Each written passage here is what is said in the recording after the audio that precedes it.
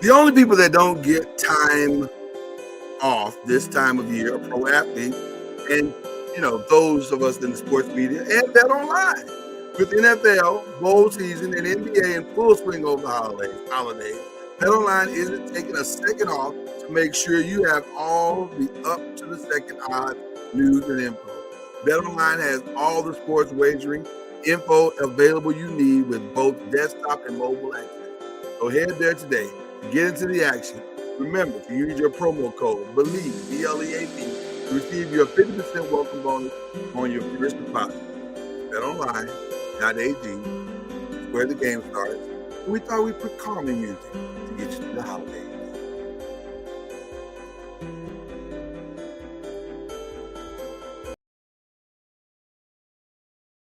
Popcorn world.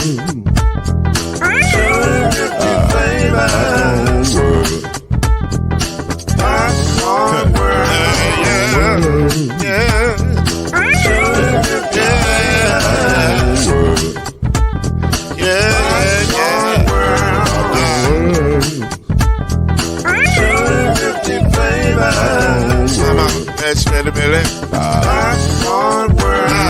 Can I make you move now? Yes, I can. So you can get this move in the back of a can. I can make it round the world with the holes in your hand. Popcorn world. 250 flavors gonna make you smile. 250 flavors gonna make you smile. 250 flavors gonna make you smile. I said popcorn make you smile. Ah. Popcorn world. Popcorn world. Popcorn world. Popcorn world. The popcorn world.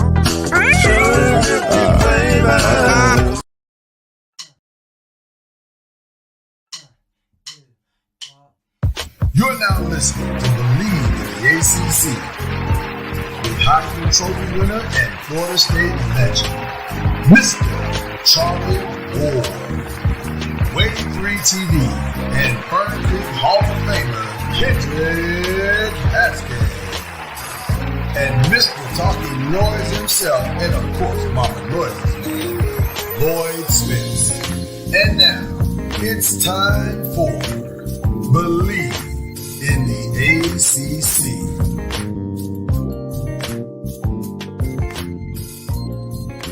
Well, Merry Christmas to each and every one of you who are watching today on BLEAV in the ACC. Man, there is a height disparity thing going. I don't know what. My camera angles are off today, but it's okay. It's all right. Yeah, you got a lot of headroom going there. I do. I don't know what happened, but I'm gonna have to adjust that during the show. Yeah, I'll adjust that during the show. But how are you doing, Mr. Haskins? That's the real question. First of all, Merry Christmas to you. This is BLEAV in the ACC. That's Kendrick Haskins right there. Charlie Ward will be here. Un momento. That's what you're over here in my thing. I don't know where I am to you, but you're over there. I know when you point on my thing, you're pointing the opposite way. You gotta go the opposite way, right? Right. So how are you doing, brother? This is a busy week for you, man. It has been a very busy week with National Signing Day yesterday, the UK U of L game coming up tonight. The King of the Bluegrass tournament got underway this week. So yeah, it's been a very, very busy week. Where did you go? Well, I'm trying to adjust that height thing like I was saying a minute ago. Let's see if I got it. Nope, that's terrible. That's worse. Okay, I mean, it's better, but it's worse. You can't physically adjust the camera? Well, it's not the way my office is set up. It's like way away. So I got to keep going back and forth. So let me figure this out. You keep talking. How my bank account is set up. Right, the way my bank account is set up right now. Between my checkings and my savings. Mm-hmm. But no, National Signing Day was yesterday, of course, and Louisville did well in the transfer portal. So, like, I was gonna say, Louisville did very well in the National Signing Day. I thought through the transfer portal, through the high school recruiting, they was like 50 something in the 50s. Well, when you had a transfer portal, it skyrockets. So. I think the high school. I'm almost there. It's close. We're close. We're close. One more adjustment, I think we'll have it. Okay. I think high school is kind of getting that played out thing now. I think. Would you Well, agree? nowadays you can let them go somewhere else and play and get some experience, and then come back around. Well, that's why I think we're in a new condition, man, and people just aren't gonna. Some of these coaches have just regulated and just said, I'm not gonna keep wasting my time trying to chase a bunch of 18-year-old. And see, here's the perfect example of what we're talking about. Jordan Seaton goes on national TV and says, for a week and a half, I am a Colorado buff. I am going to Colorado. I'm the number one lineman, and I'm going to Colorado. And then the day of signing, he starts flipping, saying, well, maybe I should go to Maryland, which, by the way, I completely understand. He's from the DMV. I get it. Mm-hmm. But my problem is, why go on national TV, indecisive 18-year-old, and say that you're going to go one place when you don't have to? You know what it is? I tried this new setup. It didn't work. I'm going to have to go back to my old setup. That's all it is. Okay. It's fine. It's fine. Go ahead. But you understand what I'm saying, Kendrick? Yeah, it's this. I mean, I hate to be. This is our society and get off my lawn, guy. But I mean, it is what it is. It's because like nowadays, attention means more than anything, and so Right. like people do everything to get attention. That's why you see all these stupid skits and all that stupid stuff on social media. And so he wanted attention, you know, when he was signing, and all of a sudden he changes his mind because that's what 18-year-olds tend to do, which is why I there's no way on earth that I could coach college, and that's what happened. And so, and you know, regardless of what he did, he's probably gonna end up in the transfer portal at some point anyway, because that's just how it goes. Yeah, So he's perfect transfer portal material because clearly he has issues with indecisiveness. So, so it's just a matter of time at this point. All right, now I'm doing this on the fly, but I can do it better based on the setup. Let's see. Yeah, there we go. No, it's gonna be better. It's gonna be better. See. There you go. Now we can get it in focus. Yeah, you gotta get it in focus. You know. There you go. It's one of those type of cameras where you got to kind of play with the focus a little bit. It'll work. It's gonna work itself out. Just give it a second. That wasn't it. There we go. Well, it was there. There we go. Okay, there we go. There you go. There now. So yeah, but I understand the coaches that are saying, man, I don't want to deal with that. Like Ole Miss is saying that. Obviously, Lane Kiffin is like, so much easier to do it this way.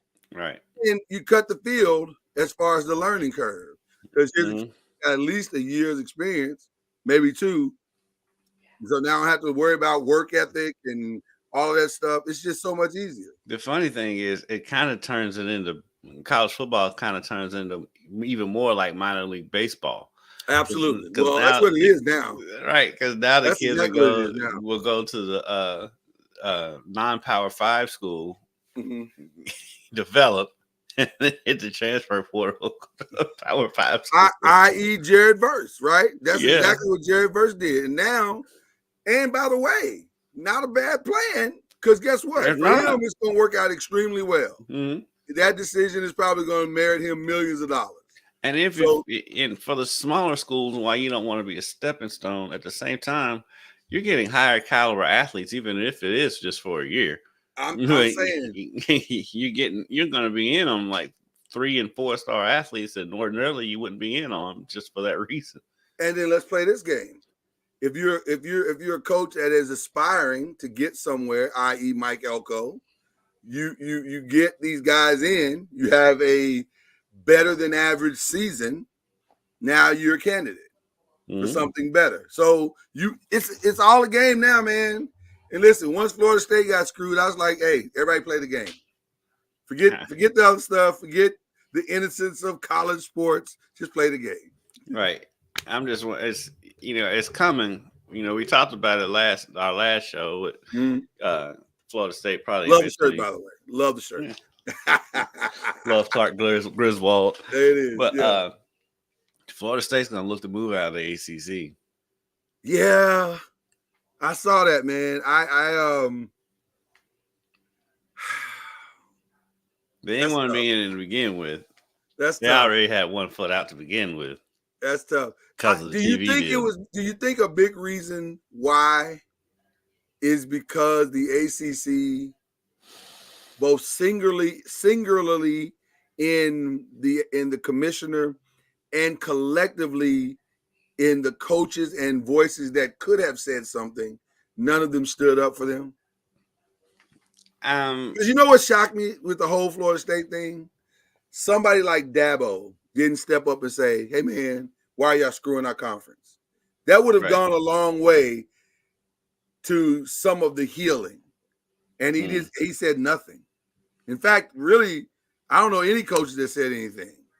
Right. Nobody really even said anything. But at the same time, their feeling may have been like, what is there to say? The decision's made. I mean, I get it, and listen, I totally understand that, and they're correct in theory, but they should have united out, and plus we're dating, plus we're married, right? Somebody can't come and talk to your wife crazy, like that's my wife, like you know, you might not like her, but I love her, so you can't just talk crazy to her. So I just would have thought it would have been nice for some of the people to have stood up and defended Florida State, and nobody did. So now Florida State was like, because guess what? They defend each other in the SEC. They defend each other in the SEC. Annoyance. Huh? To an annoyance. To a huge annoyance. It is wildly annoying because they defend themselves across the board, whether it's college football, college basketball. How many times we heard Cal speak out on a team in the SEC for no apparent reason? You're like, why are you defending them? Who cares? But he understands if Vanderbilt gets in, it's good for everybody. So that's kind of the way I thought it would have worked in the ACC, but it didn't. It didn't. If ACC is kind of disjointed as it is, then it's not. It's to the point now where, I mean, if we're being honest, nobody really wants to be there. But you know what? I honestly thought we were getting past that this year because the year went relatively well. Well, I guess it went relatively well until it didn't. Right, and plus, you know, it's just like you know how you say you got to put good tape out there. Yeah, they got to put good tape out there for other conferences to look at. That's a great point. That's a great point. I gotta ask you a question, man. Big game tonight for Louisville. Not just because it's a rivalry game, but because this could be a program-changing game. I want to be clear to everybody that listens to this program, and there are a lot of you. We are not breaking news here. I have no inside sources. I'm not. Kendrick may, but I do not. I am just merely looking at tea leaves like we tend to do. And I'm saying to you, this feels to me, Lloyd, like this could be Coach Payne's last game. It could be, but I'm leaning barring a win. Yeah, barring a win. Barring an unsuspected, unforeseen win. Or a tight game. Okay. I'm willing to say that I don't think he's coaching for his career yet. Okay. Yeah. Pepperdine win helped that much? It's not even necessarily that. It's like they owe a lot they're still paying out a lot of money in buyouts with Chris Mack, and they're paying on some other stuff too. I'm like, okay, now you're gonna have to pay another huge buyout because his buyout's like is I think it's up in the 20s. It's not cheap. It's not cheap. Yeah, and then you're gonna have to pay those monies, pay that money back, and then pay for another coach. And at that point, where do you go? And you're gonna have to try go to the bargain basement to get the bargain bin to get a coach because you can't afford to pay a whole lot of money. Yeah. So to me, it makes more sense to let the season play out. Here's the other thing too. Yeah, they've got some bad losses. They shouldn't have lost to DePaul. They shouldn't have lost to Arkansas State. But they do already have more wins this season than they did last year, which is a sign of progress, even though it's minimal. It is a distinct fact. Yeah. 2, I mean, they've got enough talent to turn things around a little bit. 3, you got Notre Dame and Florida State in the conference this year. So you can win more conference games this season. And so you're saying there's a chance. So, I mean, they're not going to compete for any kind of conference title, but I mean, there's nobody in the conference that you look, I mean, most likely not going to beat North Carolina or Duke, but right. After watching them play, it's not impossible for them to not pull off an upset when there's they play no in the world. If I'm being honest, to me, this is just me looking very early at men's college basketball. I haven't had a chance to really study it yet, but looking very early at the games that I've seen off and on different stations or whatever. Nobody looks dominant. Nobody looks unbeatable. I mean, I was watching my alma mater the other night playing Indiana, and we almost had them beat. If we'd had any legs at the end of that game, we'd beat them. Right. Like they just I guess they got tired or whatever it was, but we had them beat, and we still only lost by 1 point. So, and that was in Assembly Hall. Yeah, there's nobody in college basketball right now that is. It's not like women's. Women, there's about 12 teams that for sure can win the whole thing, and they are good. All 12 are good, and I'm telling you, and I'll say this directly to the camera: do not miss the women's tournament this year. You'd be a fool if you love sports. The women's tournament is going to be far better. Far better. It's not even going to be close.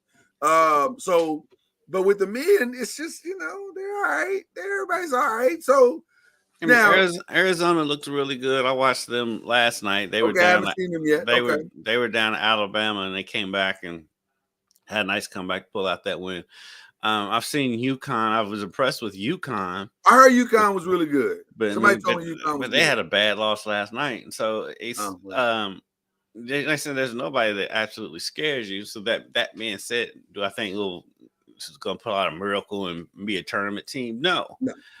But I saw a lot of people with that expectation coming into the season. I'm like, that's a lofty expectation for a team to go from 4 wins to a tournament team. And so I think as long as and the other thing too, and it's something that I guarantee you Charlie would point out, is that the team is still fighting. They're not just laying down. I mean, because obviously they're still fighting when they go out there and beat Pepperdine by 22 points the other day. Right. And so because after that Arkansas State game, look, that was as bad an atmosphere at the Yum Center as you're going to see. There's hardly anybody there. The people who were there were booing.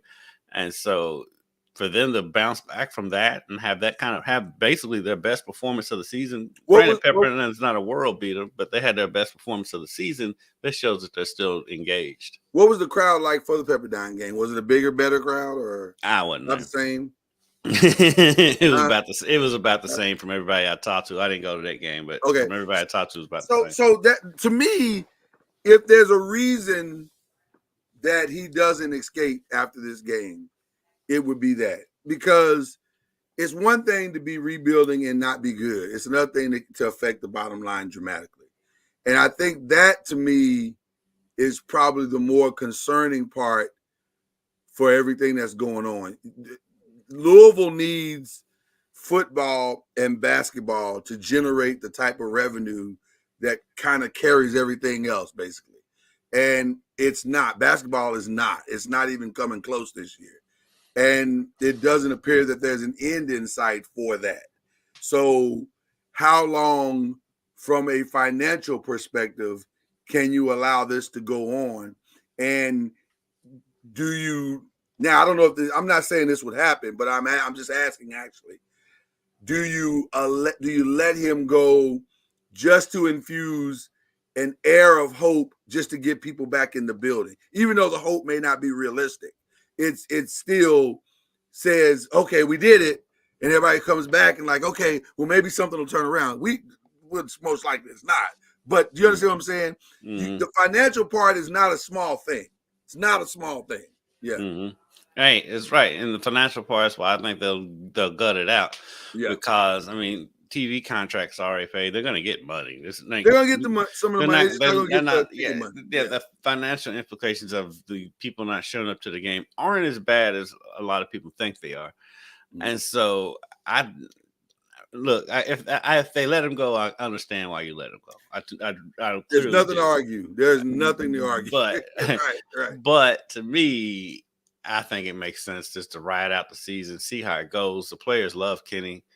I mean, and like I said, they could bounce back and end up having a decent season. It's not going to be a U of L standard season. We know that. But the biggest thing that's worked to me that's probably working against Kenny is they really don't have anybody on the recruiting side coming in. Yeah, there's nothing coming down. It doesn't appear that there's an end in sight. Right. And that may be the biggest problem. You're right.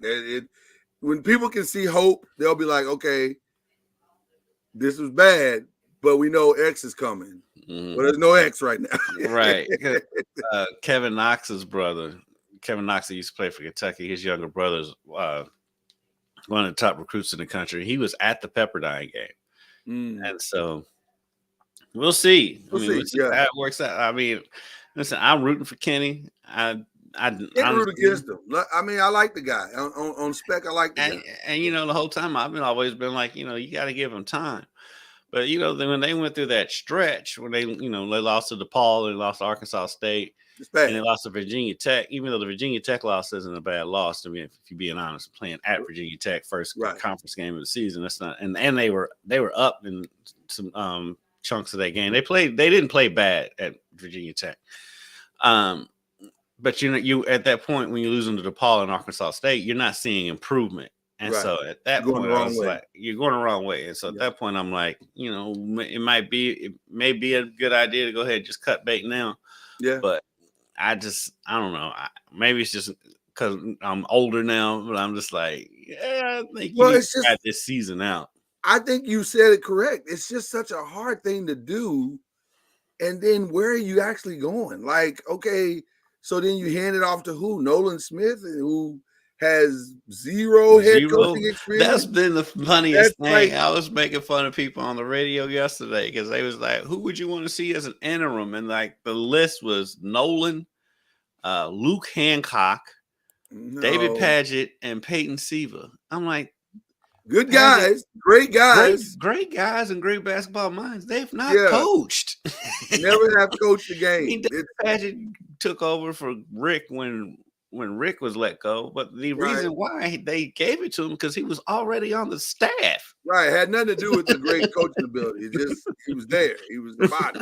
Right. I mean, Nolan makes the most sense, but like still, you're replacing a coach with zero coaching experience with a coach who has zero coaching experience, head coaching experience. Right. And so it's nonsense. It's not easy to move 2 seats down. It's not. Right. It's not. And that's what we're learning with Kenny. That's what we're learning with Kenny. That's what we're learning with Kenny. And then yesterday, the big blow up on social media and the radio. KP was talking about the game and talking about his relationship with Calipari.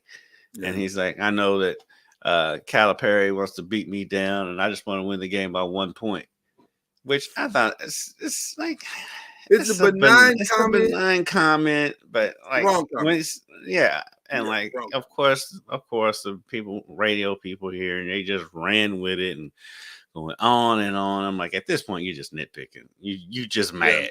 I mean, he's just mad. And don't get me wrong, there is a tone deafness to that, but not in the way that people think. It's not. He's not trying to be dismissive. I don't think that's what that was.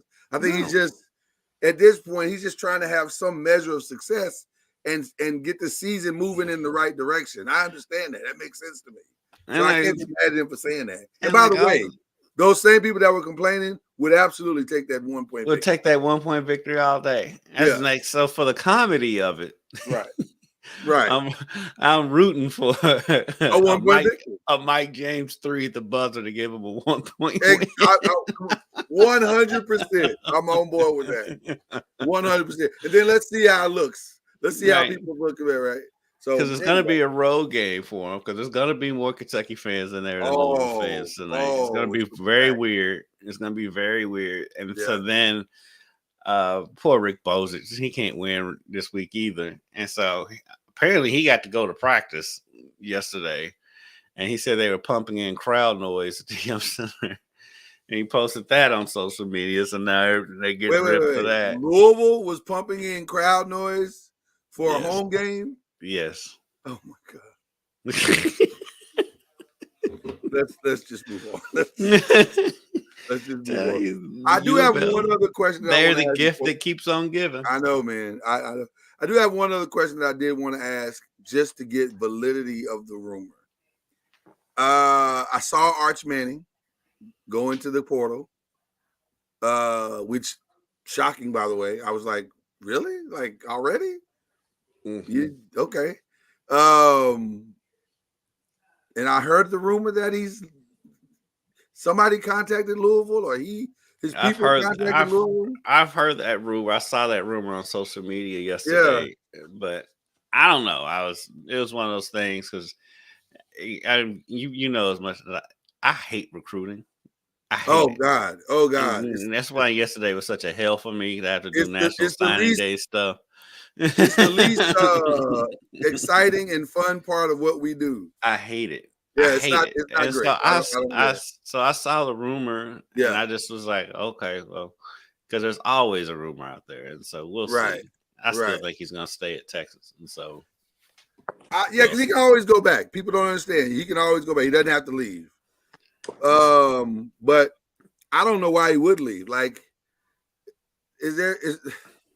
so we just not gonna be patient ever at any school? Is that where we are in college sports right now? Like, we can't sit no years, like none. We got to start immediately. Everybody got to start immediately.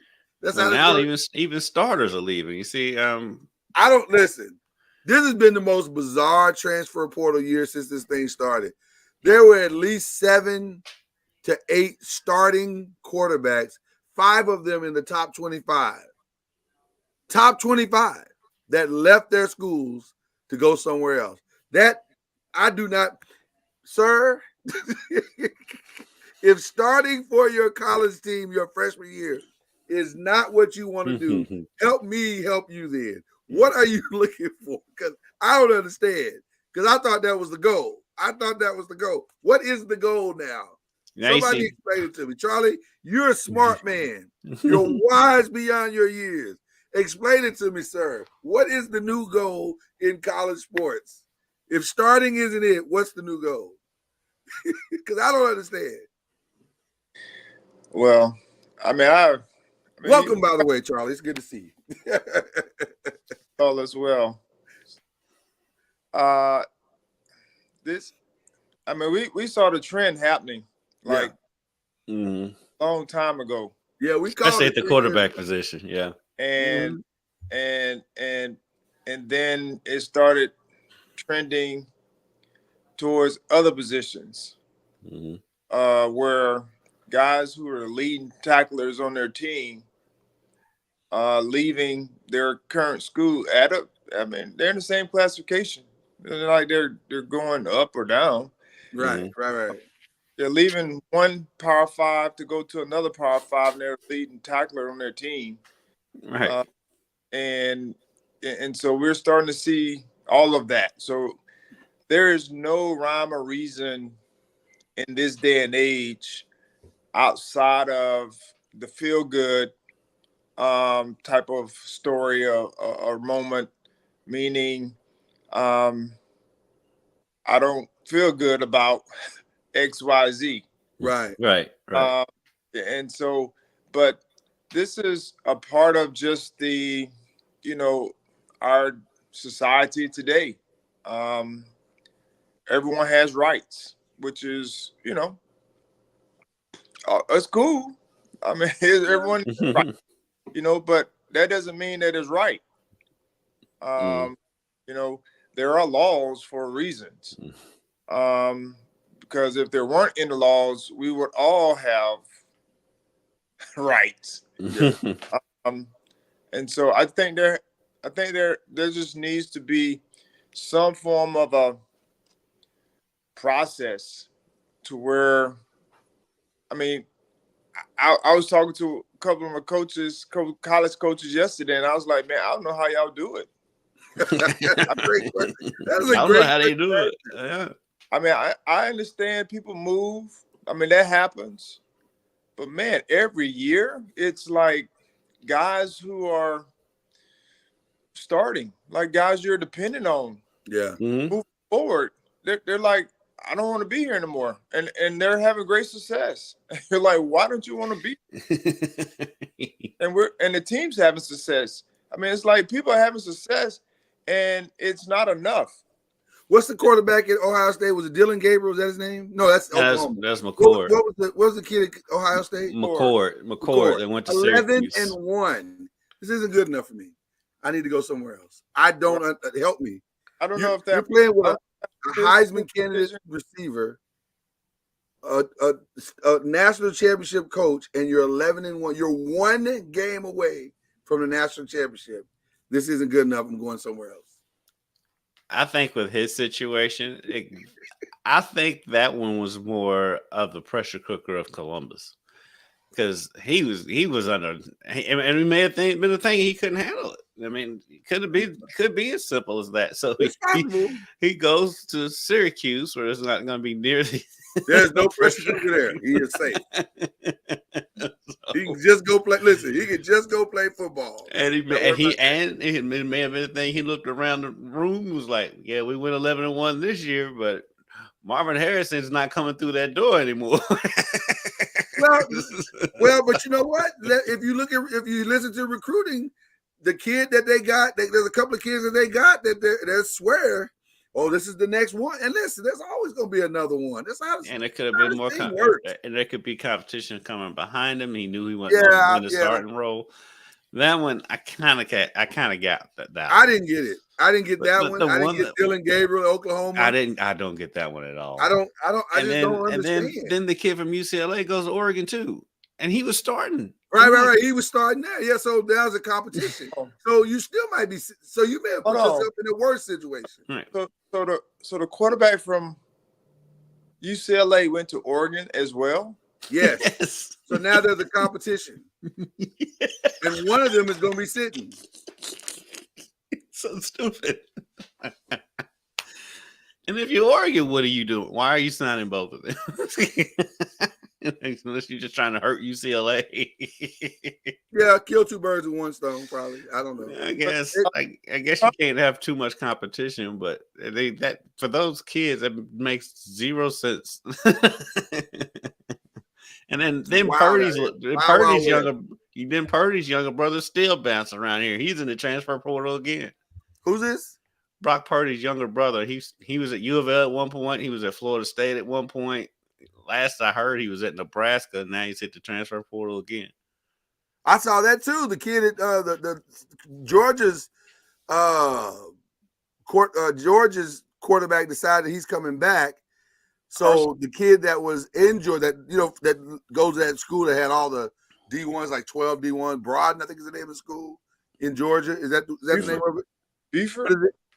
Okay, Buford. Let's go with that. But that quarterback decided to not go to Georgia and decided to go to Nebraska. Oh, you talking about Raiola? Yes. That was different. He also had like family on the coaching staff at Nebraska. Is that what it was? He's got an uncle that's like. Why did he say he was going to Georgia in the first place? I'm sure somebody made a call with a check. It works these days. It's madness out here. I am so glad that I didn't start my sports career in recruiting, because I'd probably be a heavy drinker at this point. That's what yesterday having a report, and I was like, I can't stand National Signing Day. Let me tell you something, man. That Seton thing was getting on my nerves yesterday. It was completely getting on my nerves, because I'm saying, kid, you just went on Undisputed and every other sports show you could go on to tell everybody you're going to Colorado. What is the problem? But you know what I think happened? I think he made the decision away from his parents. And when he got home and told his parents, "Hey, this is what I decided to do," they were like, "Kid, you are not ready to go to Colorado, and we can't come to those games. We're not gonna be able to make all those games." So where did he sign? It looks like he's gonna flip to Maryland. It appears that he's gonna flip to Maryland. Now I don't know if he's going. I've heard different things, like he may sign in 2 days and let everybody know his decision in 2 days. Technically, right now, he's verbally committed to Colorado. So unless something changes, that's where he's going. But 24/7 and all of the people that do this for a living are all saying he's probably headed to Maryland. But he lives in DC, the DC area. So I get it. I understand it. That makes sense to me. But why go on TV so you can be with Skip Bayless? Yes. It also depends, though. I mean, sometimes you may need to leave your state. I think he needs to leave because it sounds like he's got some maturity issues that Deion can probably help him with. But you know, I don't know if kids go for those type of things anymore. They're going for they got other metrics that they're using to make these decisions, and what those are, who knows? But then again, I mean, you're talking about guys who sign, and then the next year they're in the transfer portal. Yeah, that's what Kendrick said. That yeah.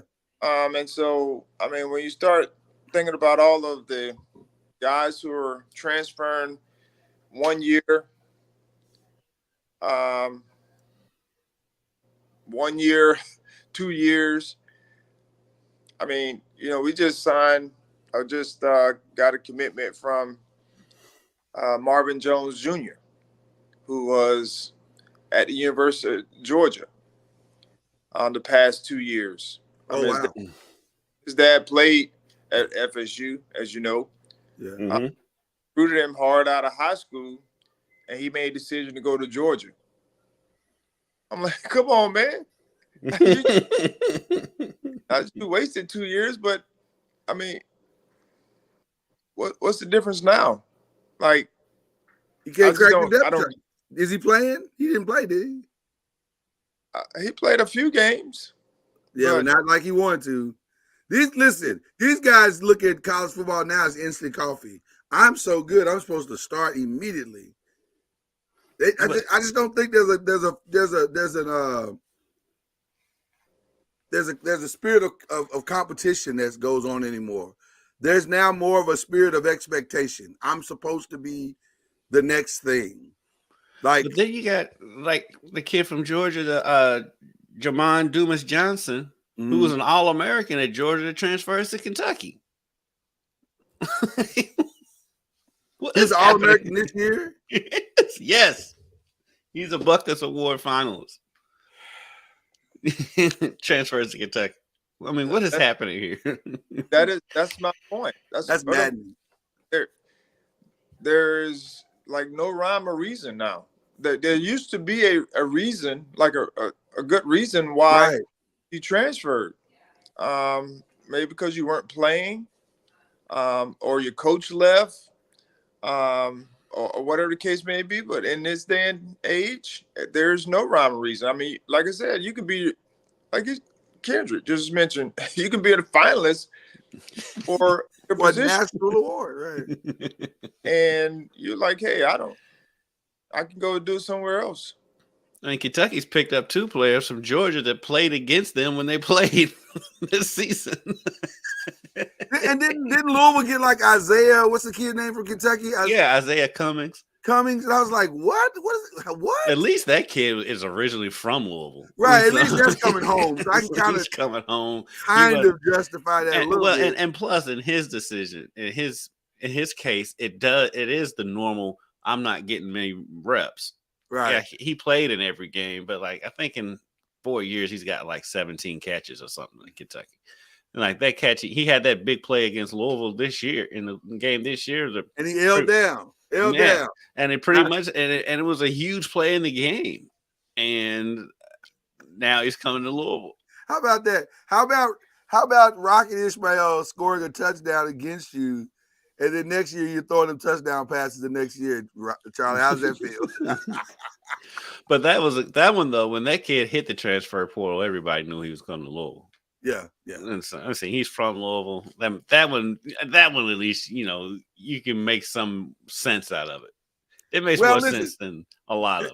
This wasn't the show we planned this morning because we got some other stuff planned, but it's just fascinating to us as a podcast. It always has been fascinating to us as a podcast because we're trying to make sense of it, like many of you are trying to make sense of it. And there's no logical reasoning to any of this. It really does not make a lot of sense.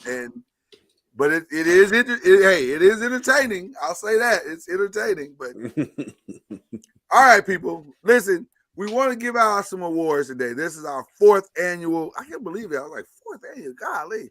BLEAV in the ACC awards.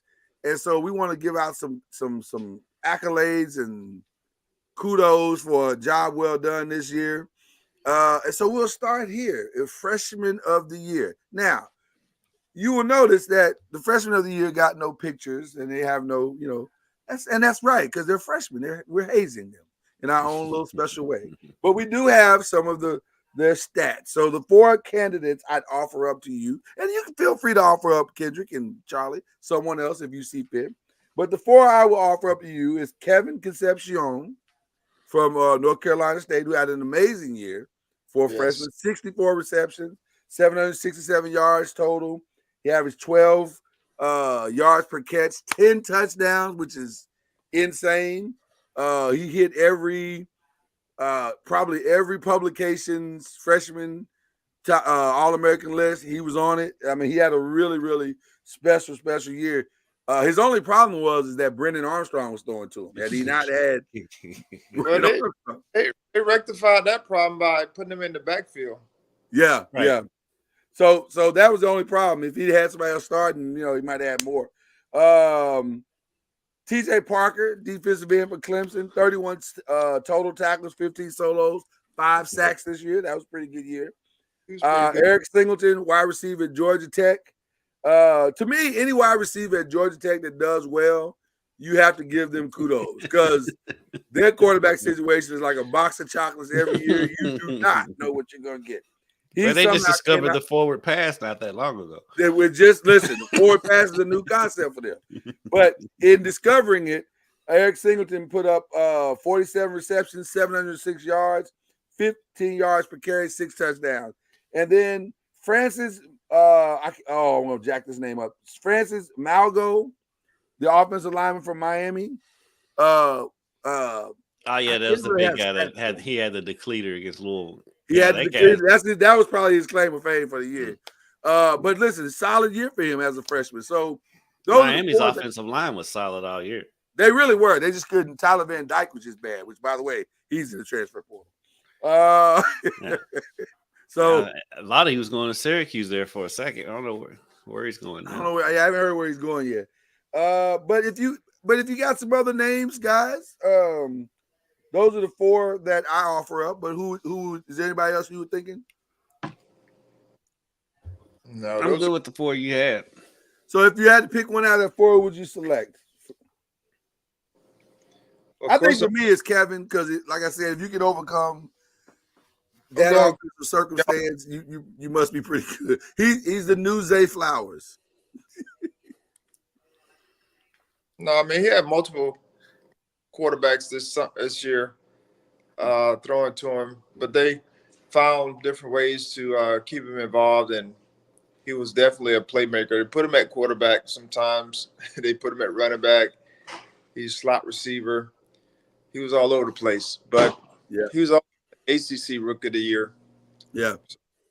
He's going to be I agree with Charlie. I mean, because you know, a guy's a playmaker when he's a freshman, and they literally let's just get him somewhere. Put him on the field. Let's do that. He played every position on offense except center, so I think that's a good sign. All right, so we all agree. We all agree on that. So we're off to a good start. Let's go to best offense as a total offense. The candidates are Georgia Tech, Louisville, North Carolina, and of course Florida State. You say Georgia Tech? Well, by the numbers, technically they had a really good year. By the numbers, only by the numbers. They in total offense, Georgia Tech had 48 touchdowns. They were averaging 31 points a game, which is fourth in the conference, believe it or not. So technically they had a good year. Okay. Well, the other three had really good offensive years. And it resulted in wins. That's why they got they had very tangible yeah. that you can tell. You can just look and tell. That was really and truly that's a hard one. So you got Yeah. Anna, who's that, Louisville? Yeah. Then for course Florida State. Well, you know I'm going with. We already know who you're going. If they're in the running, then they're gonna win. Like, you shouldn't have put them in if they weren't gonna win.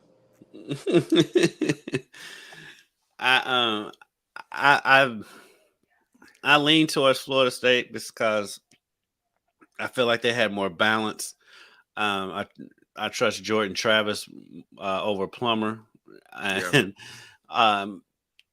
both Louisville and Florida State were very similar as they got a lot of hype for the way they could pass the ball down the field, but they really had solid running games that didn't get as much attention as they probably should have. I'll edge towards Florida State just because even with they're down to their third string quarterback, they was able to win the ACC championship game, and so I'll go with Florida State.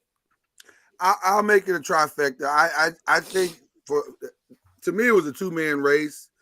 Though I like singularly what Drake May did this year, because he put up some real numbers. I mean, if you look at his numbers, especially considering he didn't have his top receiver for most of the season too. Right. So I like that, but as far as total offense, I think it was a two-man race between Florida State and Louisville, and I'll give Florida State the edge on that as well. So Florida State, balance. It's the balance for me. Yeah, it was the balance for me. Yeah, absolutely. That brings us to best offensive player. We got Drake May, Jordan Travis, Jawar Jordan, and Keon Coleman as our. I left out Omarion. I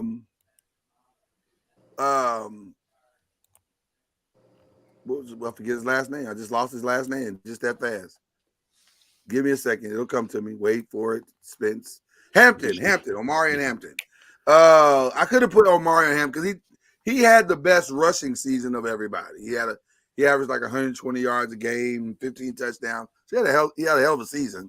North Carolina? Yeah. He did extremely well, but almost did he have? Well, they didn't put that as a stat. They should have though. Of what we have up there. My only thing about his 1,400 yards that he put up this season, and this is going to be a weird statement to make, I didn't feel like anything he did was impactful. Mm-hmm. Like, does that make sense? Like, he put up great numbers, but did it really help him? It didn't produce.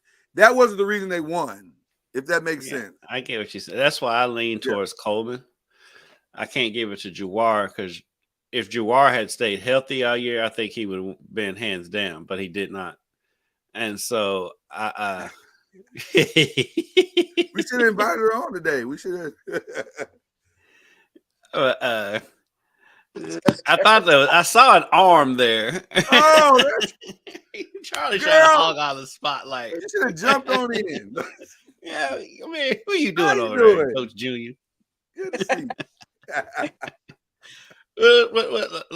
Who do you think should get our offensive player of the year? There you go. I don't know. Got some good players up there. Okay, here we go. We got the options. There's your option. There you go. I don't know, because I feel like all of them individually had great seasons. Obviously, I got a little slight bias towards Florida State guys, because We Keon. totally understand that on this show. We see it every week. We are used to that. That's not a problem. I heard about it. I feel like Drake, he did all he could to really kind of carry North Carolina to the best of their ability, and if Jordan Travis hadn't gotten hurt, I feel like he definitely would have had better numbers. They'd be in a college football playoff. Right. And then I feel like Keon, he had like a great middle of the season and start to the season, but he kind of fell off towards the end. So I don't know, but I had to agree with the ACC because they gave him Jordan Travis offensive player of the year. Okay. I agree with that one. That's a solid assessment. I think I'd go either Jordan Travis or Keon Coleman. For that reason. I'm gonna go Jordan Travis, but watching the season made me think about this. I don't know what to think about Drake May now. Like going into the NFL draft this year, going into the year, I was pretty sure who the number one pick would be. I figured, and it probably still will be Caleb Williams. But for me, I don't know if those are the best two quarterbacks, like the way the season started. That stuff I saw in Caleb Williams. Caleb Williams is going the way of Teddy Bridgewater to me. Had Teddy gone out his sophomore year, I think he'd have been the first pick of the draft. But the problem is he had to come back one more year, and that last year exposed stuff in him that people were uncomfortable with. Same thing for me with Caleb. I saw stuff this year going, I don't know if I want that on my team. That's weird, and I don't know why he's holding the ball forever, and it's just weird little stuff that I just didn't love. Off the field for Caleb this year, with him not and the off talking the field to the stuff media, made me uncomfortable. Yeah, storming off and all that goofy stuff. I didn't love that, and so for me, that all shifted for me. And even with Drake May, there's stuff I saw this year. I'm like, I don't know if that's it. That's the thing with any quarterback. You give him more tape. Get more tape. You find more things. Yeah, man. You gotta find more to scrutinize. So then I started leaning toward Jaden Daniels and Michael Penix. I'm like, their tape is a little better. So I don't know. It's gonna be interesting to see how that plays out. I think I would have picked Michael Penix to win the Heisman personally. By the way, I would have as well. I'm not sure who Coach Ward picked. Are you allowed to say now? Is it because he was on a winning team? Yes. Yeah. Yes. So that was your only tiebreaker in a sense. Yeah, for me that was my tie. That was for me. That was the tiebreaker between the two. For me, it was. I'll just say this because I voted for both of them. If you take either one of them off of their teams, they're average. They're average at best. Yes. LSU was below average. They were average with him. Yeah. The only reason LSU was relevant is because of Jaden Daniels. Right. Correct. That's the only reason. Yeah. And Washington would have been in the same boat because their defense early on, especially early on throughout the season, Yes. Right. they were poor. And so he was kind of carrying them for a minute. And then all of a sudden he kind of fell off and the defense, held up later on, when they were scoring, 20, 21 points or 24 points or whatever it was to win games. I think both of those guys are, quality. Drake May, I think fell off when it comes to, your NFL prospect type of list or group because I don't know. I don't know what his issues were, but it just seemed like he was not as efficient, hitting his target, making good reads, those types of things. So, according to our list, I like Jordan Travis, even though he got hurt the last couple of games. But what he did for FSU's offense, as we saw the last two games, being a drastic drop off in a lot of ways. Some of the routine plays that he made don't seem very routine when you don't have Not out there. Right. Right. just some of the hot reads, some of the, just understanding defense, making plays with his legs. All those things kind of go unnoticed sometimes during the course of a game when he's playing. But when he's not playing, you can kind of see glaring. Yes, some of the things that he did that was exceptional. So I'm gonna go with him as far as ACC Player of the Year.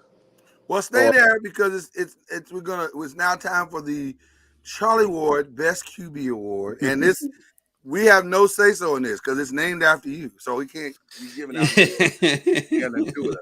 But you do have great counsel sitting next to you, so I think personally, the two of you should confer and you let us know what you decide. There you go. Well, it's really not. We already know where we're going with. I think so. I think this was decided months ago, but let's just hear them out here. Praise of the top quarterbacks in the conference. Drake May and Jordan Travis, and so we just gave Jordan the ACC Player of the Year, so I'm sure he's going to win the quarterback award. Well, congratulations to Jordan. Someone you are of knowledge in. You've known for quite some time. Charlie is extremely non-biased, but even though we've told no, he's not. In this case, it's not even Charlie being biased. Right. So who else would y'all put in there? There's nobody. That's what I said. There's nobody. You know what's funny? In preparation of the show, I was looking at numbers and looking at lists. There's such a dramatic drop off from Drake and Jordan, because after that it's Tyler, it's Jack, it's Haynes, it's Cade. You're like, no, like I wouldn't even mention these guys to do anything. Like they can't even be a part of any conversation. So. Yeah. Speaking of that, it brings us back around to the who for sure will play on Sunday award. Like who is your best NFL prospect coming out this year? Like you think they're going to be a superstar?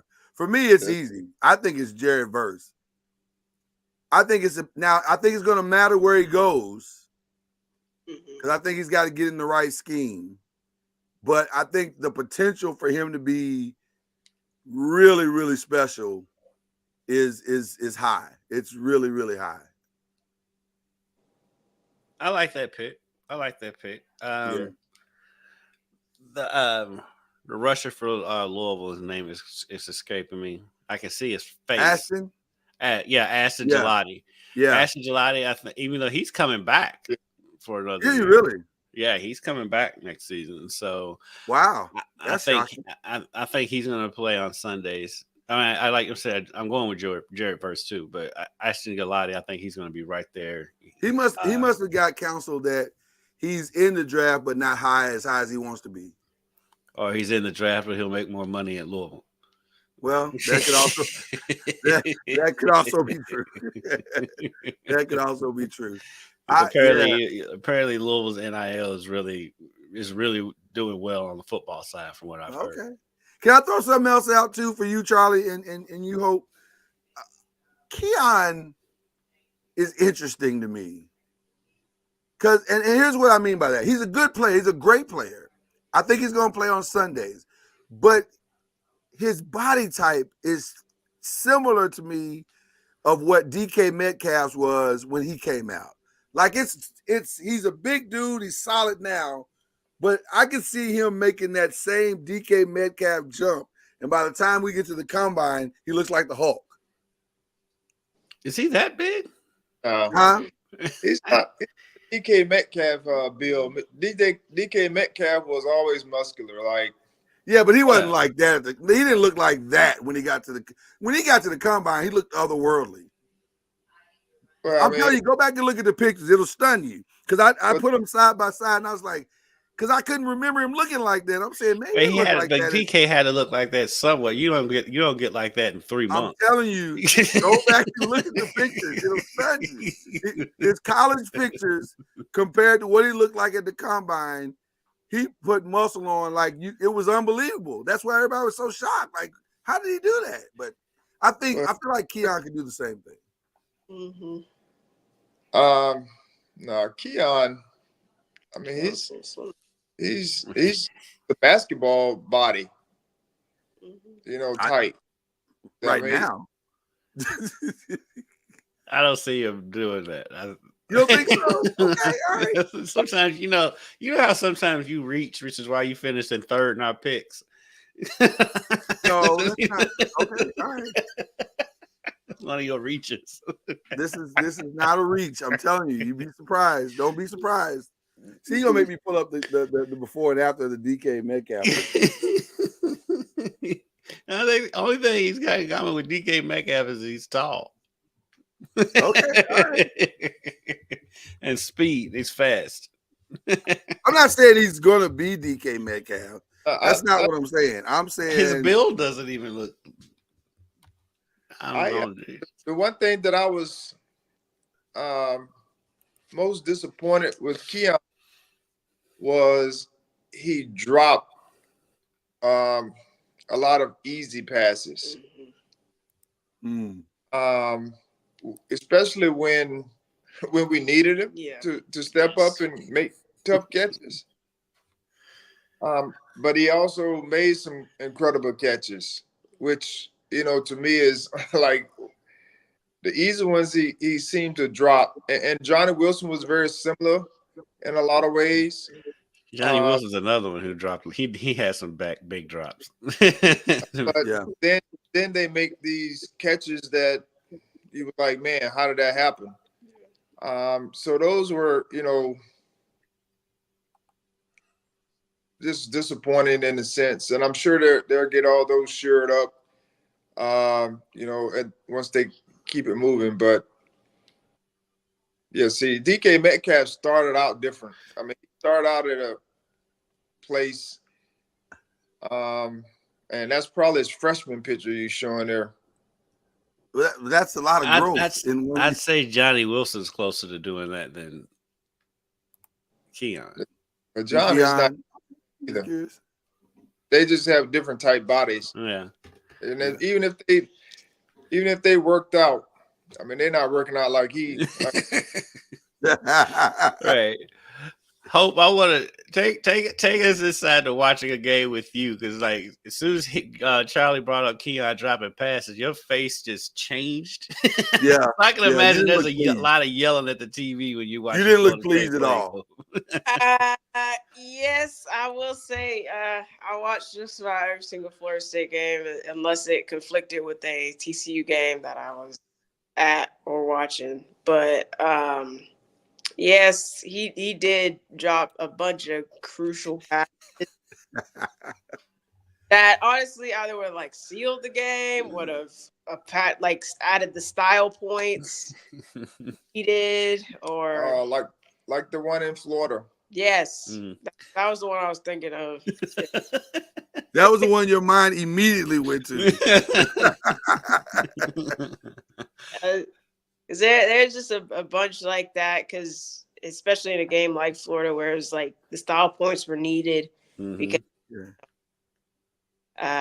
know, I guess going back to the bias thing, like the committee didn't really understand the stances of everything, and Tate came and did what he needed to do, but at the same time, the style points they like style points, and that's why they supported Texas and Michigan, really, because they got the style points when needed rather than overall. But if he's available, don't you have to draft him? Like, maybe not. He's not first, second round, maybe not even third. But don't you have to draft him just on size alone? I mean, he's a high because he could come into his own. He could. He reminds me. I wouldn't go this far. Jamar Chase. Is that the kid from LSU? LSU? Yes. Yeah. Kind of reminds me of that kind of body type. Yeah. Of that kind of that can be his upside. You know, in a sense, because he's very athletic, and you know he's capable of making plays. But I kind of see him in that sense, where that light of a Jamar Chase, where you know he's not hard, as good, but he's like that. Yeah, he's interesting to me. I don't know. Who you guys see on Sunday though? Who was your pick on that? I didn't even get that from you. I said Gelati. Yeah, you said Gelati. What about you, Charlie and Hope?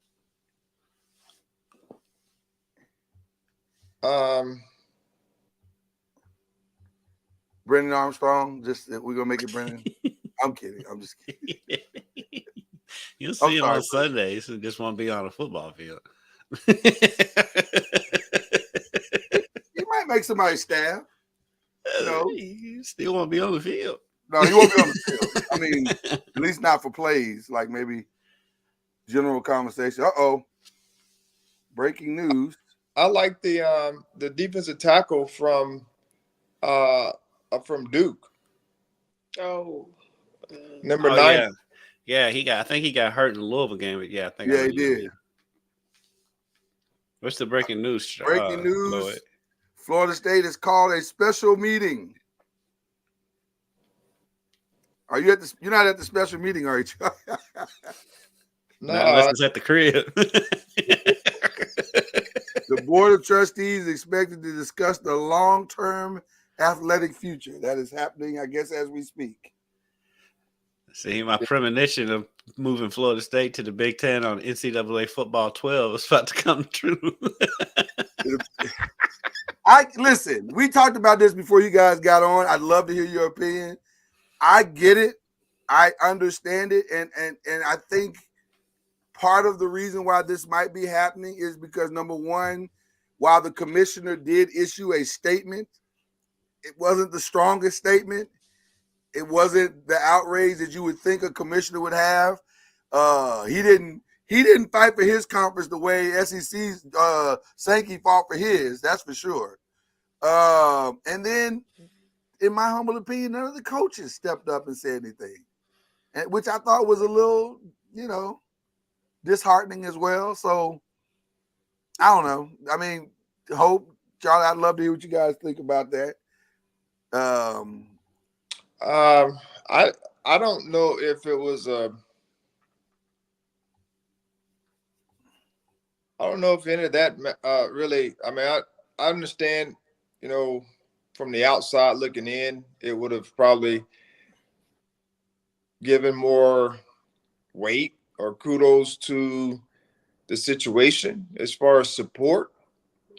But at the end of the day, if this playoff manner was more so an SEC deal than anything else. So even if Jordan was playing, we would have probably been in the same boat. That just gave them, with him not playing, an out, an easy out, yeah, yeah. But if he was playing, there would have been something else that they would have brought up in the mix, because they couldn't leave an SEC team out of the playoffs, because of course everyone thinks the SEC is like the best, right. and for you to lead one of the best teams out of the playoff, how dare you, type of deal. Right. Florida State's in the Big 10 or Big 12. Are they out? Well, I don't know. Big 10 probably not. Big 12 but Big 10 definitely not. Yeah.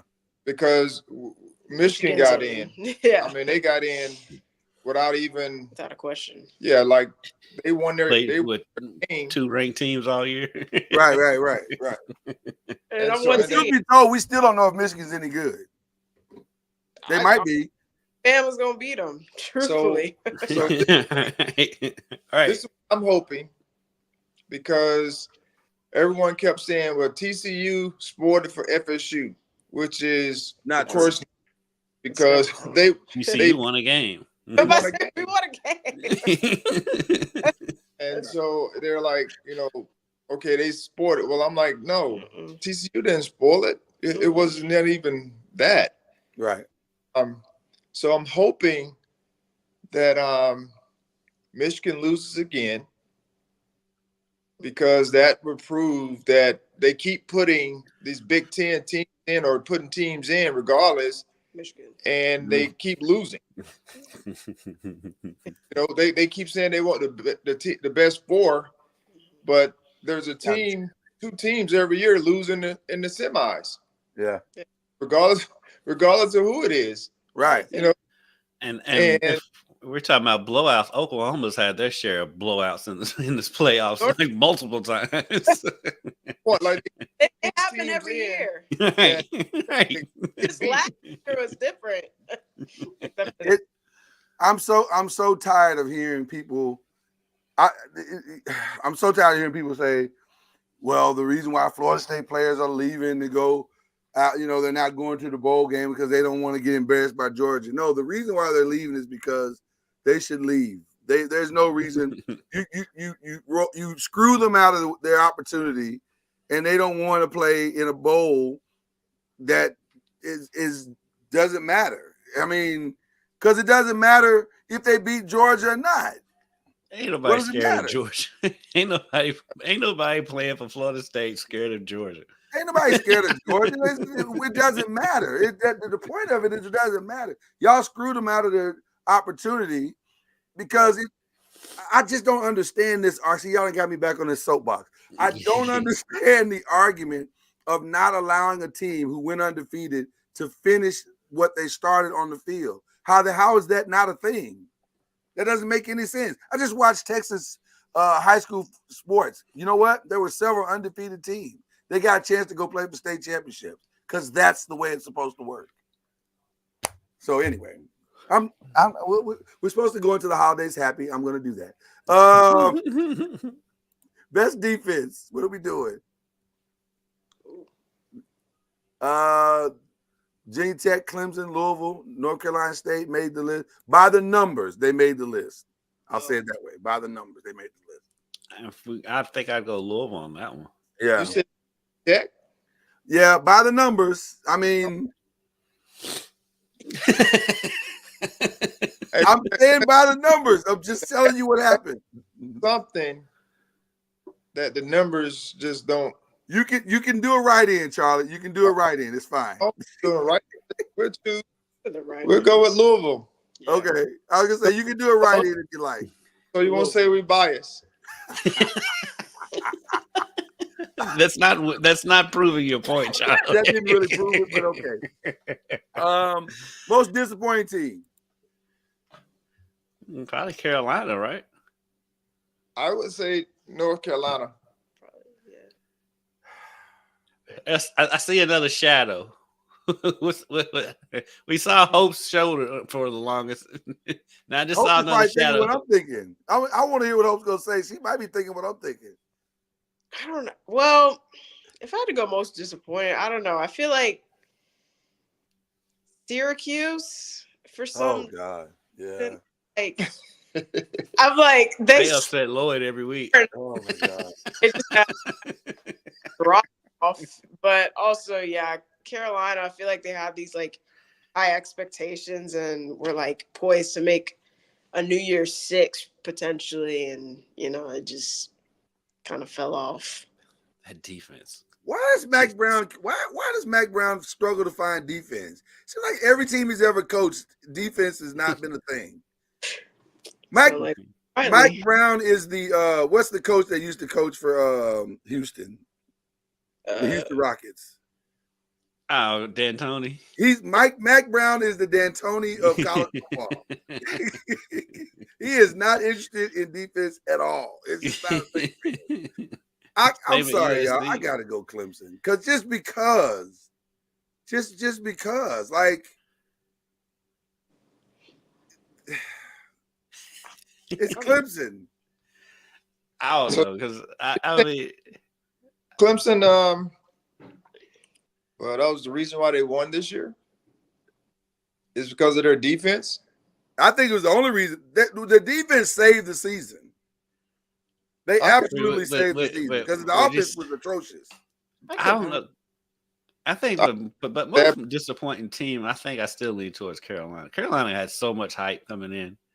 Absolutely. Yeah, and we knew Clemson was coming in with a new quarterback that you were high on. Who was high on? that is a falsity at best. I was the sole person that picked 4 losses. I told y'all it was gonna be 4 losses. But like you was picking losses when they were obviously going to win, like Syracuse. Well, listen, I knew 4 losses were coming. I wasn't sure where. I just knew 4 were coming. So if that's the case, then you wasn't disappointed. I wasn't disappointed. Well, that's just because of bias, though. All right, Coach of the Year. Who we giving it to? That's a no-brainer. But just for I don't say argument, but just to Duke, Coach Elko. Elko, yeah.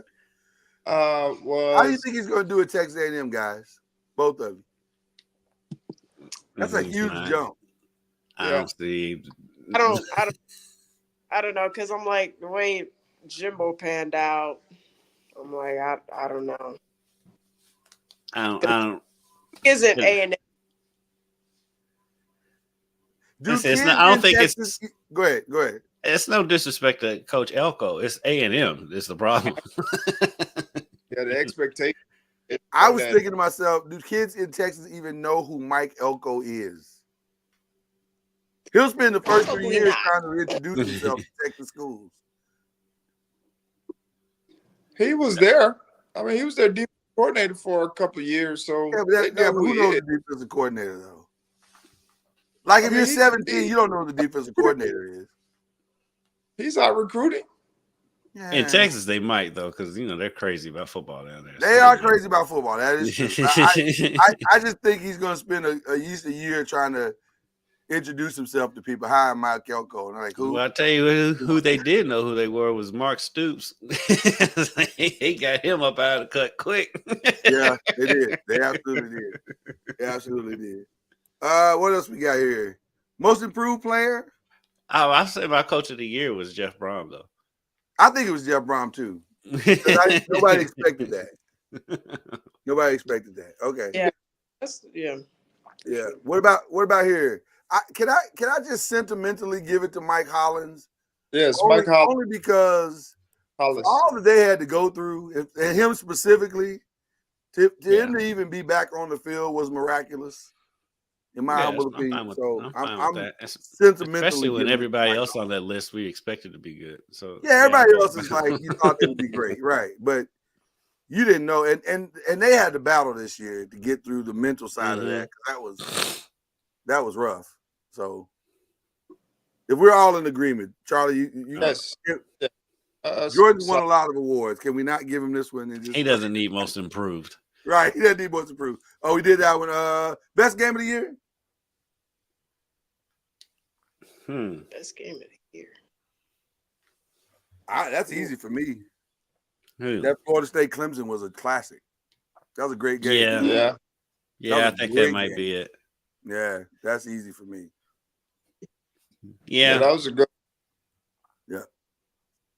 No bias on that one. I think that one. I think maybe second would be Louisville Notre Dame. Louisville Notre Dame was good. Yeah, but Louisville Notre Dame was shocking. Like I didn't think Notre Dame's not in the ACC, so we don't count them. So there you go. That's why they can't.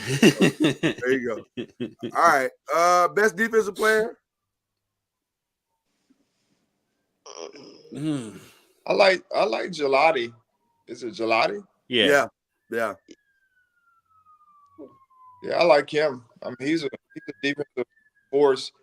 So verse, but What did Peyton y'all think Wilson. about? What did y'all think about Peyton Wilson? I thought Peyton Wilson was fine, but He's pretty good. he gives me Vander Esch vibes. Well, Van Der Esch is good, but he's not hurt. That's my point. That's you. There lies my point. I just feel like, and I'm not trying to wish hurt on anybody, but I just feel like that's a kid that's got talent, but it's just not. I don't know if it's going to translate beyond what he's doing now. To me, I think you can't go wrong with Verse or Gelati, and then Wilson's right there. yeah. Even though Wilson won all of the ACC, Wilson won the awards. Yeah. I'm gonna give mine to Verse. I just think Jared is special. I like his journey too.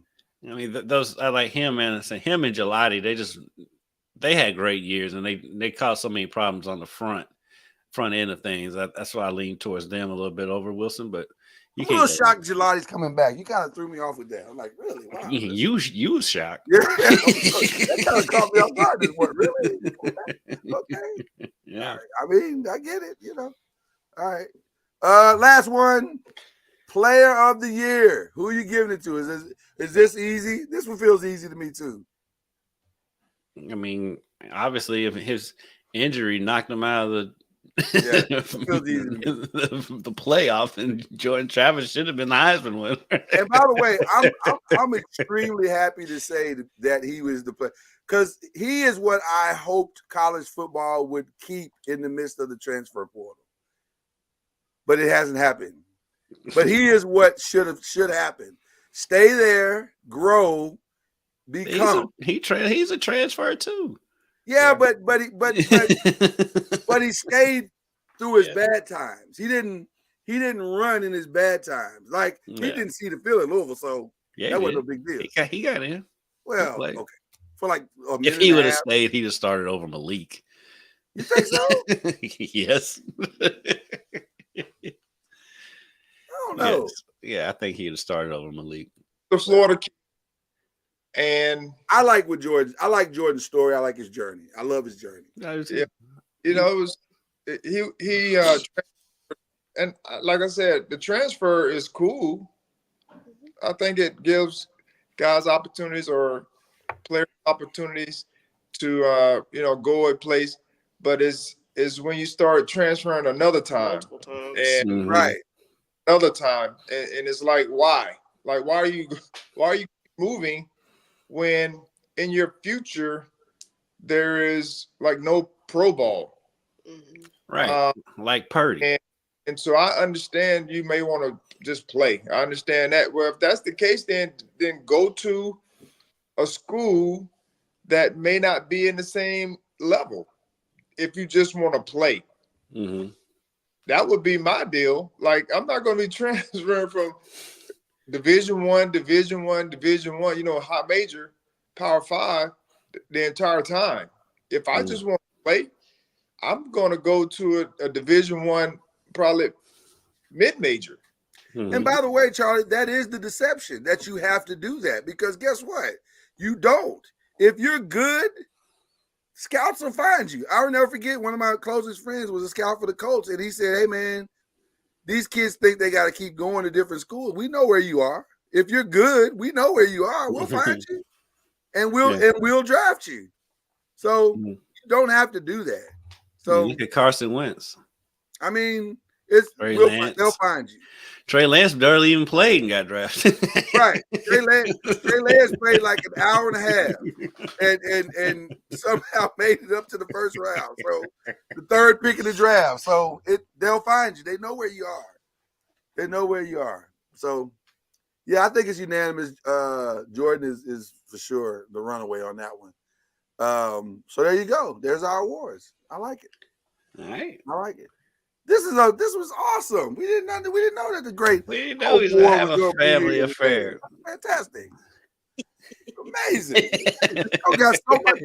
got so much better and so much more beautiful. It's normally not this beautiful. It's normally a very rugged show, but it was really nice. Very hard ankle-ish. It was very hard ankle-ish, but today was really nice. I got room because TCU didn't make a bowl game, so I have to hear about it all the time, Hope, because my coworker at work is a TCU grad, and so I had to. So of course it turned into me making fun of TCU, but but not because of you. Hilarious. Well, do you guys have any shout outs? And before you do your shout outs, I would like to give a collective and, dare I say, shocking shout out here to start the shout outs. Shout out to the great, legendary, iconic Hulk Hogan, who for years has been telling us to eat our vitamins and train and say our prayers. He's been saying that all of my life. And just this past Sunday, Hulk Hogan gave his life to Christ. He and his wife and kids were all baptized. He gave his life to Christ. I said, wait a minute. You've been telling me to say my prayers all this time, and you wasn't even really locked in. But you know what? Shout out for you, Hulk Hogan, for getting locked in. There you Better go. late than never, brother. Better late than never. Hey, I get it. But I was like, wait a minute. You've been telling me to say my prayers forever, man. You ain't been saying your prayers. That was just a lie the whole time. Well, he wasn't professional wrestling.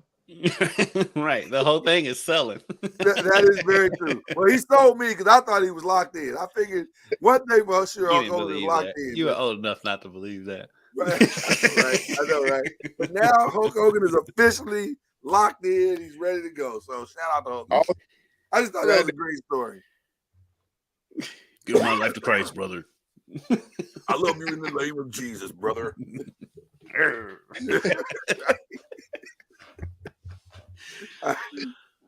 Any other shout outs we got?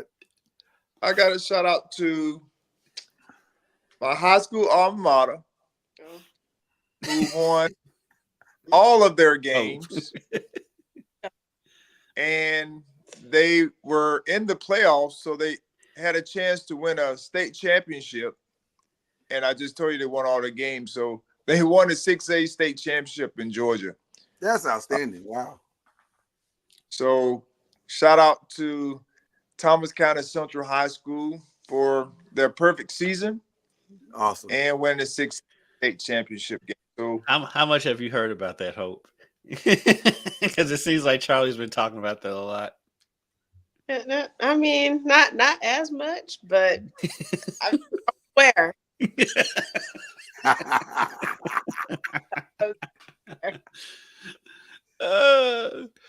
Oh my goodness. I give my shout out to a former University of Louisville standout quarterback who somehow was magically brought up today, Teddy Bridgewater. He has announced that he is retiring at the end of the season. He's going to go to coaching high school football. So big shout out to Teddy. Where's he going? Really?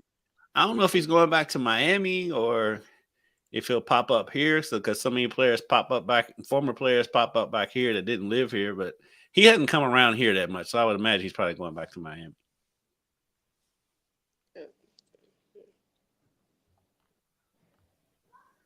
Wow. Well, my shout out is to Texas high school football, especially to like DeSoto and Duncanville who won state championships. But my favorite shout out is to this picture right here, which has gone viral 1,000 times over. My God in heaven.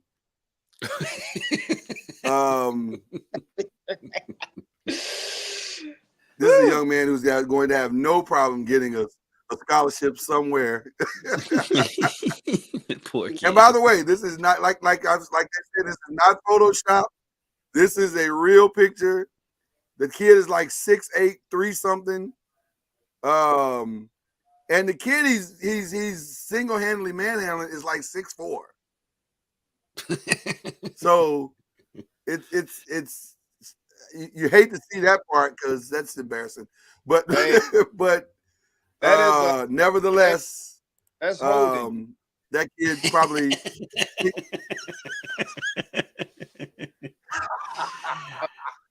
It's also unnecessary roughness. You just call a penalty. You just call a penalty on the kid. Yes, that's hilarious. Oh my goodness. He's in the wrong sport. That's wrestling. Well, listen, that holding is probably the only thing keeping that other kid alive. So, so I'm sure that kid is like, please hold me. I don't, because if he decides to pancake him, it's a wrap. It is over. Right. So thank God for that hold. That was That's a life-saving holding on hold, for dear life. Right. Well, listen, as we've enjoyed this year, it's been fantastic. Shout out to you gentlemen for your commitment and everything we've done here. It's just enjoyable every week. Yes, sir. Hope has a shout out. Oh. Say it again, Charlie. You kind of froze on us there. I said Hope has a shout out. Hope you got a shout out. Hope. Give us a shout out. I got one. FCS football. They got their playoffs, and we got Montana State and South Dakota State in the championship. They had some thrilling finishes, double overtime. Montana State won over North Dakota State, our house. It's quite a thrilling game. The FCS playoffs have had some good thrilling games, and that's the way the playoffs should be. 19-team field. I see what you did there. Yeah. She's right. That was good. Hope. She's right. How come they can do it at that level, but they can't do it at the big level? It doesn't make any sense. Good championship. And then also TCU football, even though, we ain't have a bowl game, Coach Sonny Dykes has been on the recruiting trail. So we got us a couple of transfers and signees. So hopefully we'll be back to national conversation or at least a bowl game next year. There you go. Baby steps, folks. Baby steps. There you go. I'd be remiss if I didn't give a shout out to my wife's alma mater, Western Kentucky, for their comeback win against Old Dominion with a quarterback who played while in the transfer portal. Right. Just auditioning. After the game, hey, you can't audition better than that. That's pretty good. I'm getting good tape out there. But after the funniest was after the game, they asked him if he was coming back. He's like, "Well, if they have me, we'll see." Coach is sitting right there. Oh Lord. In between that, them throwing up the toast after the game and doing snow angels in the toast. I know. I know. College football is its own soap opera, and it's amazing. Imagine your senior season. That's the bowl that's supposed to be in the Bahamas, but nope, we're playing at UNC Charlotte. Because that was the Bahamas Bowl. It just wasn't the Bahamas this year. That's the same. Very similar locations. Charlotte and Bahamas. Not much difference there, All right, people. We love you guys so much. We appreciate you. We will see you in 2024. The next time you see us, it'll be 2024. So enjoy your holidays. Merry Christmas, Happy New Year, and all that jazz. And in honor of Hulk Hogan, remember Jesus is the reason for the season. Brother. You've been listening to Believe in the ACC with Charlie Ward, Lloyd Spence, and Kendrick Haskins. Please like, follow, subscribe, and share from the Noisemakers page on Facebook and on YouTube. And you can also listen to us on Spotify, Apple Music, iTunes, and wherever podcasts can be heard. And join us next time on Believe in the ACC.